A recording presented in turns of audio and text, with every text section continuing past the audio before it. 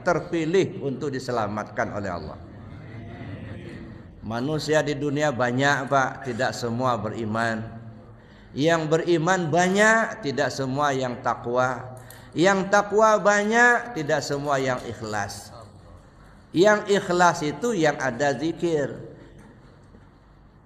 Kata Syekh Athaillah dalam kitabnya Al-Hikam, al-a'mal suwarun qa'imatun wa arwahuha wujudu sirril ikhlasi fiha. Seluruh amal yang kamu perbuat tidak ubahnya seperti patung. Ya dah. Mana patung? Ada mata tak melihat, ada telinga tak mendengar, ada mulut tak bisa bicara, kecuali ada ruhnya. Ruh daripada amal itu adalah sirrul ikhlas. Wa arwahuha wujudu sirril ikhlasi fiha. Ruhnya adalah rahasia ikhlas yang ada di dalamnya. Rahasia ikhlas apa? Zikir. Tidak mungkin bisa ikhlas tanpa zikir. Ya. Dengan adanya zikir maka akan sampailah kita kepada tingkat ikhlas. Dengan ikhlas membuat amal kita menjadi hidup. Nah, baru bisa nolong kita, Pak. Jadi kalau kita sholat tidak ikhlas itu patung sholat, Pak. Haji tidak ikhlas patung haji. Zikir tidak ikhlas patung zikir. Maka kata Nabi, jangan bikin patung, nggak bisa nolong kita, nggak. Jangan dipaham bikin patung cuma dari semen atau dari kayu, bukan. Amalan yang tidak ikhlas itu patung, nggak bisa nolong kita. Nah, oleh karena itu kita perlu hidupkan amal kita dengan ikhlas. Makanya belajar ikhlas. Bagaimana cara belajar ikhlas, Pak? Ada orang belajar ikhlas, dia belinya semua buku yang ada tulisan ikhlas itu. Itu dibaca nggak bisa pula mempraktekkan. Ibda binafsik, mulai dari diri sendiri. Jadi mengajar hati kita supaya ikhlas mulai dari diri sendiri. Ibda binafsik.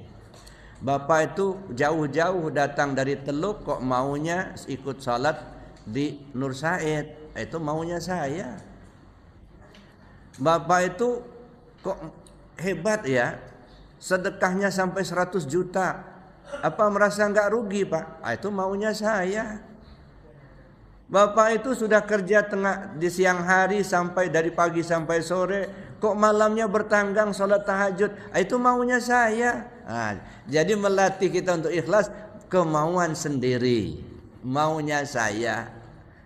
Kalau kemauan sendiri, Pak, yang jauh terasa dekat, yang berat terasa ringan. Tapi kalau bukan kemauan sendiri, ya dah, hanya diajak teman. Saya sebenarnya nggak mau lah zikir, tapi nggak enak sama Pak Ketua.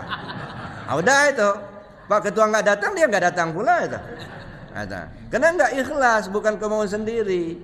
Tapi kalau sudah kemauan sendiri, hujan pun nggak ada halangan, jauh nggak ada halangan. Masya Allah, Pak.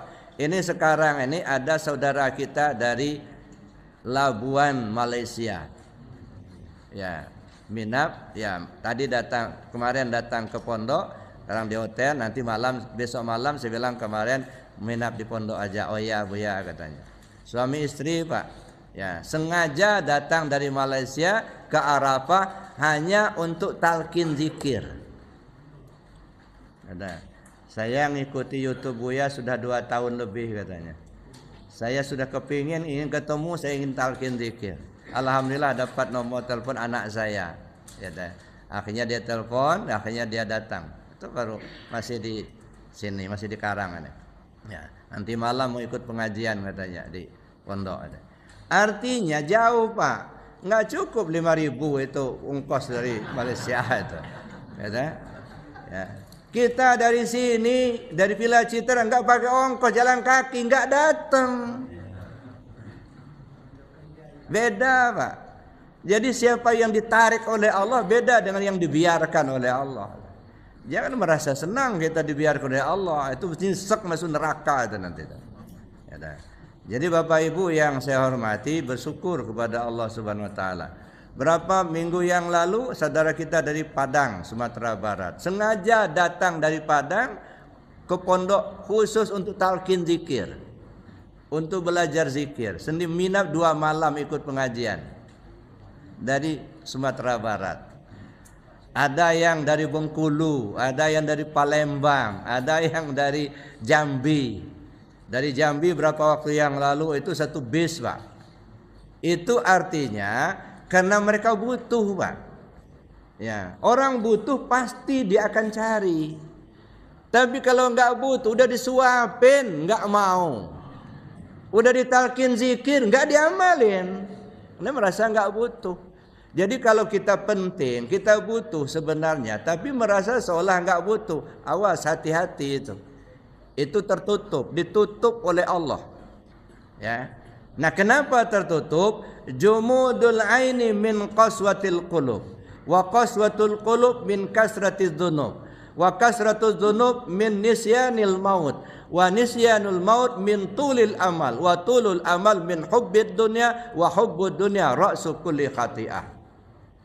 Tertutup pandangan mata kita dari kebenaran, mana yang hak, mana yang batil tak tampak.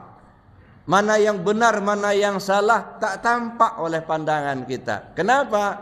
Min qaswatil qulub, karena hati terlalu keras. Udah dikasih tahu ini perintah Allah, ini perintah Rasul, ini dalilnya masih ngenyel juga. Ya, ini ayatnya perintah Allah untuk berzikir, ini kebutuhan masih nggak mau. Keras hati. Mengapa hati itu keras? Wa qaswatul qulub min kasratiz dzunub. Hati keras terlalu banyak dosa, Pak. Terbungkus sama dosa. Masya Allah. Ya dah. Jadi bungkusnya itu terlalu keras. Terbungkus sama dosa. Ya dah. Kenapa dosa banyak? Dosa banyak wa kasratuz dzunub min nisyanil maut, karena lupa akan mati. Dikira mau hidup selamanya, Pak. Enggak, mau mati. Bapak mau mati apa enggak? Mati. Mau? Mau. Nah, nanti dilaporkan.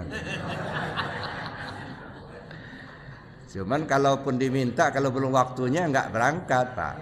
Kalau sudah waktunya, biarpun enggak mau berangkat juga, gitu ya. Jadi mati itu enggak usah diminta, Pak. Tunggu aja, nanti datang sendiri. Ya. Nah, cuman kita mesti mati, Pak. Kenapa? Ya kalau sendirian di dunia enggak enak juga, Pak. Orang sudah pada mati semua, kita sendirian di dunia. Ya, pasti akan mati itu ya. Ya. Jadi orang yang merasakan dirinya ya akan mengalami kematian, pasti dia butuh zikir itu. Bapak Ibu yang saya hormati, maka kita kembali. Pertama, latih lidah. Tapi saatnya lidah ini sudah enggak bisa ngomong. Udah kena stroke, Pak. Ya. Jauh hari belum mau mati, udah nggak bisa ngomong lagi. Ya, apalagi mendekati kematian, ini sudah keluh. Ya, ibarat kata orang, pena sudah patah, tinta pun sudah kering, kertas pun sudah robek. Mau nulis apa? Mau ngomong apa? Nggak bisa lagi. Walaupun kita pasti baca Al-Qur'annya, hafal 30 juz, tapi kalau lidah sudah nggak bisa ngomong, mau baca apa? Nah, satu-satunya alat yang bisa digunakan hati. Nah kalau masa sehat sekarang ini hati nggak pernah dilatih, gimana cara zikir di hati? Maka kita tadi zikir diam. Itu bukan diam kosong, Pak, diam untuk melatih hati zikir. Ya dah. Allahu Allah, Allahu Allah. Latih hati itu zikir. Kenapa? Kalau lidah sudah tak bisa ngomong, hati yang bisa digunakan sebagai alat. Kalau semasa hidup sekarang ini jarang-jarang digunakan, bahkan tak berlatih, tak tahu cara, tenggelam itulah. Belayar di lautan lepas, tak punya pegangan, pasti kelelep. Yang masih hidup ngomong, Pak, zikir, Pak, nyebut, Pak. Bingung kita, gimana cara nyebut. Begitu lagi but ngap, keluar dia. Mau apa kita? Nah, makanya hati itu perlu dilatih. Wazkur rabbaka fin nafsik. Sebut nama Tuhanmu pakai hati. Wazkurisma rabbika bukratan wa asila. Sebut nama Tuhanmu di pagi dan di sore hari. Jadi kalau ada yang ngomong nggak ada manfaatnya zikir Allah, nggak ada gunanya, nggak ada dalilnya, itu orang tolol itu. Ya kenapa? Jelas Allah sudah suruh wazkurisma rabbika bukratan wa asila. Sebut nama Tuhanmu di pagi hari, di sore hari, waktu sehat, waktu sakit, waktu lapang, waktu sempit, di darat, di laut, di udara, di mana saja, kapan saja. Bahkan Allah tutup dengan di ayat lain, wala takum minal ghafilin. Kamu jangan sampai lengah. Sedetak jantung, sehembus napas tak ingat Allah, itu namanya lalai, lengah. Maka jangan lengah, kata Allah. Terus zikir, ingat Allah dalam hati. Ini dibutuhkan semua orang, Pak. Yang kaya, yang miskin, yang pejabat, yang rakyat jelata, sama semua. Kalau kepingin selamat, ya. Tapi kalau memang sudah nggak pingin selamat, ya sudah. Ya, nggak pula bisa dipaksakan. Udahlah Pak Ustaz, saya masuk neraka aja. Ya udah. Ya, itu maunya dia, itu kan. Nah, tapi tugas kita mengingatkan. Ya, siapa saja yang pejabatnya, yang presiden, yang gubernur, yang menteri butuh zikir. Kalau hati itu ingat kepada Allah, kan sering saya sampaikan. Kenapa ikan yang hidup di laut kok tidak asin? Ya kan? Ini ikannya hidup di laut bertahun-tahun. Begitu kita ambil, kita kita makan, tawar, enggak asin, enggak. Kenapa ikan hidup di air asin kok tidak asin? Karena dia hidup, Pak. Coba kalau dia mati, nah cepat terkontaminasi dengan asinnya air laut. Nah artinya apa? Kalau hati kita hidup dengan zikir kepada Allah, insya Allah kita selamat, Pak. Tidak terkontaminasi dengan hiruk pikuk dunia ini. Silakan Anda jadi pejabat yang ingat hati kepada Allah, insya Allah selamat, tidak akan jadi koruptor. Insya Allah selamat, tidak akan pernah pakai baju oranye. Kenapa? Hati ingat ke Allah. Anda jadi orang kaya, banyak duit, silakan. Kalau hati ingat pada Allah, insya Allah akan terarah, Pak. Coba kalau hati nggak ingat kepada Allah, mumpung ada duit, narkoba dibelinya. Mumpung ada duit, judi dikerjakannya. Nah oleh karena itu, ingat hati kepada Allah itu merupakan kunci keselamatan. Nah oleh karena itu jangan pernah kita mengabaikan zikir ini, Pak. Nah zikir itu perintah Allah. Wazkur rabbaka fi nafsik. Sebut nama Tuhanmu pakai hatimu, tadarruan wa khifatan, dengan rasa rendah diri, rasa takut kepada Allah. Wa dunal jari minal qaul bil ghudwi wal asal. Ya dah. Baik di pagi hari, di sore hari, sehat, sakit, lapang, sempit, di mana saja, kapan saja, wala takum minal ghafilin. Ya, kamu jangan sampai lalai. Nah, jadi Bapak Ibu, kalau dipandang dari kajian tarekatnya, kenapa ikan hidup di air asin kok tidak asin? Karena dia hidup. Artinya apa? Kalau hati kita hidup dengan zikir kepada Allah, insya Allah tidak akan terkontaminasi dengan kejahatan dunia ini. Insya Allah kita selamat. Satu. Tapi sebaliknya, kenapa ikan yang sudah mati kok asin? Nah mungkin kalau tarekatnya karena dia tidak ingat kepada Allah. Bisa jadi. Tapi pandangan ma'rifatnya gimana? Mengapa ikan yang sudah mati kok bisa asin? Kok masih hidup kok nggak bisa asin? Nah, ini kaji ma'rifatnya, Pak. Ya. Artinya ikan itu mati dulu baru bisa asinnya masuk, Pak. Kalau dia masih hidup, asin nggak bisa masuk. Maka mati dulu ikannya, barulah asin bisa masuk. Apa maksudnya? Bapak-bapak, ibu-ibu kita semua, matikan dulu diri bapak ibu, baru terasa adanya Allah. Kalau belum dimatikan akuan kita, nggak akan terasa adanya Allah, Pak. Aku yang hidup, aku yang kuat, aku yang berilmu, aku yang melihat, aku itu penutup. Merasakan bapak itu masih ada, maka Allah tidak akan terlihat oleh Bapa. Coba matikan semua, hilangkan semua, barulah asinnya bisa masuk. Barulah kita bisa mengenal adanya Allah. Makanya kata Nabi, mutu qabla antamutu. Matikan dirimu sebelum kau mati. Jadi yang dimatikan itu yang mana? Bukan tubuh, Pak. Jangan pula nanti kata Pak Ustadz, matikan dulu diri sebelum mati. Ambil tali gantung leher. Nggak jadi, Pak. Akuan-akuan kita itu yang mau dimatikan itu. Ngaku-ngaku kita yang berilmu, kita yang kuasa, kita yang melihat, kita yang mendengar. Itu akuan-akuan itu hilangkan dulu. Barulah terlihat adanya Allah. Itulah filsafatnya kenapa asin bisa masuk ke ikan yang sudah mati. Kalau dia masih hidup nggak bisa masuk asinnya. Nah artinya kalau kita sudah matikan keakuan kita, barulah Allah akan terlihat oleh kita. Selagi masih kita akui adanya kita, maka Allah tidak akan terlihat oleh kita. Nah, makanya ada istilah tasawuf itu, ya, pandanglah dirimu sampai tak terlihat lagi adanya dirimu. Nah, jadi Bapak Ibu itu pandangan ma'rifat. Maka perlu kita kaji, syariatnya dikaji, tarekatnya dikaji, hakikatnya dikaji, dan ma'rifatnya dikaji. Jangan muter-muter di syariat melulu. Ini ngajinya pahala, surga, neraka gitu. Pening kita dibuatnya itu. Dikit-dikit pahala, dikit-dikit pahala, dikit-dikit surga, dikit-dikit bidadari gitu. Makanya saya bilang, sudahlah Pak, kita sudah tua-tua begini, singkirkan dululah pikiran kita di pahala-pahala itu. Ya, nggak usah dipikirin. Kenapa nggak usah dipikirin? Karena itu otomatis. Fama ya'mal misqala dzarratin khairan yarah wa ma ya'mal misqala dzarratin syarran yarah. Asal berbuat baik dikasih pahala. Asal berbuat jahat dikasih dosa. Maka nggak perlu diminta dan tidak usah dihitung-hitung, Pak. Ya, udah berapa karung pahalanya?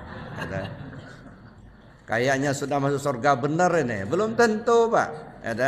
Ya, yang perlu kita pikirkan bagaimana cara berbuat baik sebanyak-banyaknya, itu aja.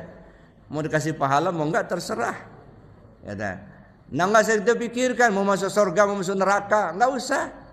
Kenapa? Itu pemberian Allah, ketentuan Allah. Nah, siapa orang yang akan masuk surga, siapa orang masuk neraka, Allah sudah tunjukkan dari sekarang. Ya, walaupun sebenarnya Allah Maha Kuasa, yang belum tentu orang baik sekarang dia akan masuk surga, belum tentu, Pak. Ya, orang jahat sekarang dia masuk neraka, belum tentu juga. Karena penentuannya pada saat dia meninggal itu. Boleh jadi orang baik sekarang, besok dia tidak baik. Boleh jadi orang tidak baik sekarang, besok diberi Allah petunjuk dia jadi orang baik. Jadi jangan pernah merasa lebih baik dari orang lain.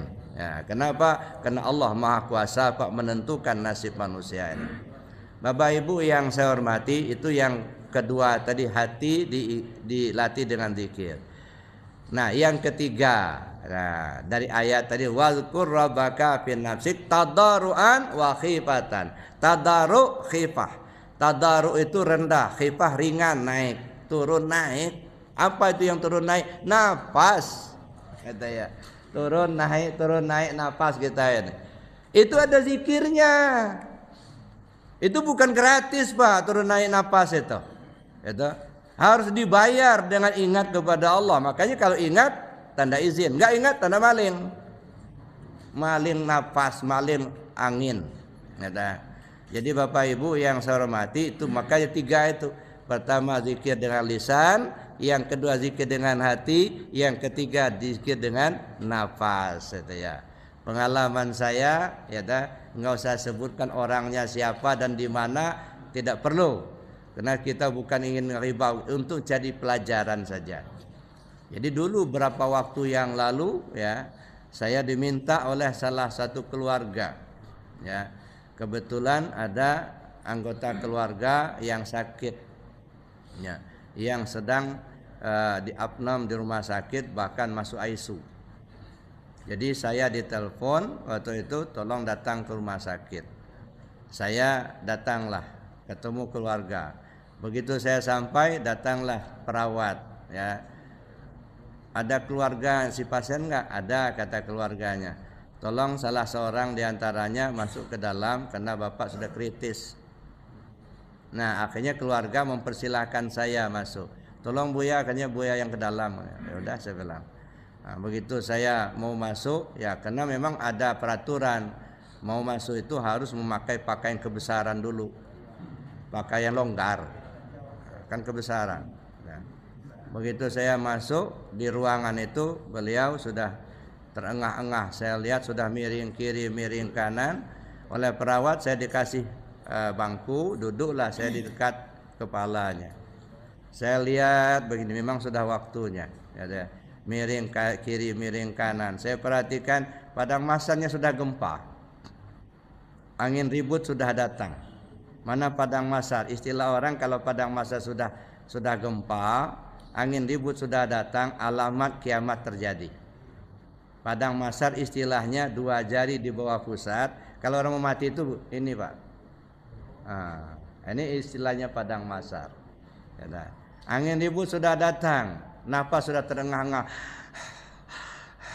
Itu sudah. Nah kalau padang masar sudah gempa, kemudian angin ribut sudah datang, siap-siap kiamat pasti terjadi. Jadi saya lihat sudah terjadi itu. Nah, saya tekan dadanya. Pak, saya bilang, ingat Allah, sekarang saatnya mau pulang. Masih aja miring kiri, miring kanan. Pak, ikut saya bilang. Saya bimbing dengan la ilaha illallah. Nah, diikuti sama dia, napasnya ikuti saya, zikir hu Allah. Tenang dia, ikuti zikir yang saya bimbing itu. Begitu dia tenang, lewat. Alhamdulillah. Coba kalau nggak ada zikir itu, udah Pak, kiri kanan mau kemana? Mau bergantung kepada siapa? Bantung sama harta banyak, jabatan sudah nggak bisa nolong sama sekali. Yaumala yanfa'u malu wala banun illa man atallah biqalbin salim. Ingat pada satu saat nanti, hartamu, anakmu, istrimu tidak bisa nolong sama sekali. Yang selamat hanyalah yang datang menghadap Allah dengan hati yang bersih. Bersih dari selain Allah. Maka latih hati itu selalu ingat ke Allah supaya tersingkir selain daripada Allah. Silakan punya harta yang banyak, tapi cukup digenggam dengan tangan saja Pak. Jangan masuk hati. Kalau masuk hati itu kedalaman, terlalu kuat nanti. Cukup digenggam sama tangan aja. Gampang kita melepaskan. Kasihkan ke sana, kasihkan ke sini. Karena masih digenggam di tangan. Coba kalau sudah masuk hati, waduh, nggak bisa lepas lagi nanti Pak. Ya, jadi oleh karena itu Bapak Ibu yang saya hormati, 3 zikir ini saya sarankan supaya dibiasakan. Zikir jahar dengan kalimat la ilaha illallah, zikir hati dengan ismu zat, zikir anfusiyah dengan hu Allah. Cuman ini perlu kita pelajari dengan orang yang ahlinya supaya kita ada sanad tersambung Pak. Ya, jangan hanya ngamalkan nggak ada sanadnya. Kita nggak mengambil dari yang ahlinya, ya teh. Khawatirnya nyaman kita tidur di gerbong kereta, pikiran kita sudah mau nyampai, nggak taunya lokomotifnya jalan, gerbongnya tinggal. Kenapa? Nggak nyantol Pak. Sanadnya nggak nyantol. Nah makanya perlu talqin zikir itu untuk menyantolkan ruh kita kepada ruh guru di atas sampai kepada junjungan kita Nabi besar Muhammad sallallahu alaihi wasallam. Bapak Ibu yang saya hormati, karena waktu yang sangat terbatas, saya kira demikian materi yang dapat saya sampaikan. Mungkin kita kembangkan dengan diskusi kalau masih ada pertanyaan. Sementara saya akhiri dulu. Assalamualaikum warahmatullahi wabarakatuh. Bapak Ibu diberkahi Allah Subhanahu wa taala, ini waktunya untuk sesi pertanyaan Bapak. Dari silakan. Di luar yang di luar materi.